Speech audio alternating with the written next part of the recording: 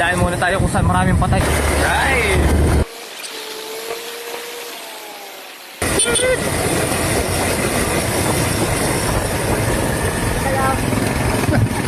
Ito na yung day 3 ng ating project sa Malmar, Batangas.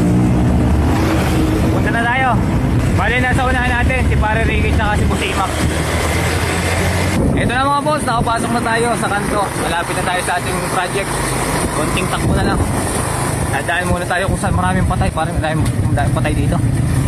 Cementerio. Nakakatakot din yung lakas pagdapi.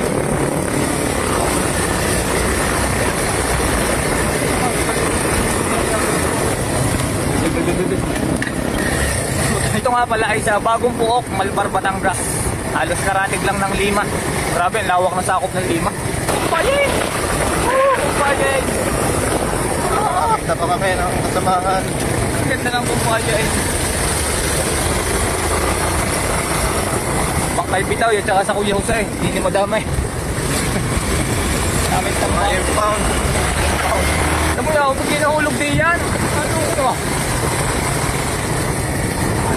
Pag natin. Kakapit pa yung mahulaw. Sana wala na tayong bibili na mamaya pala ma. Halina naman lumabas. Halapit na din. Halina naman bago mga balik. May isang gate. Lapit na tayo guys. Kunti na lang. Maintindihan na natin kung ano bang gagawin. Andito na tayo guys. Unat-unat muna tayo mga boss. Andito na tayo. Bali tayo ay nakadating na. Kargado na naman po si Barak at saka si Eng-Eng. Mga tropa. Para Ricky, Busimak, paring Apple. Kompleto na naman po tayo.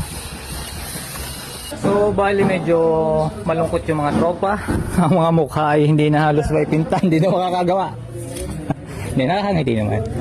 Actually hindi tayo makakapag-install ngayon ng ating kailangan install kasi hindi pala nila natapos yung tiles.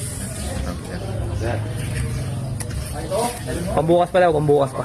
Matatapos daw naman nila yung tiles, yun nga lang, hindi pa namin pwedeng tungtungan. Oh, no problem. So dahil nga po hindi tayo makakagawa ngayon, tayo ay uuwi na. Uuwi na mga tropa. Pack up, bihis na, bihis na. Nakakostume na si paring Apple, bihis ulit. Palit. Palit.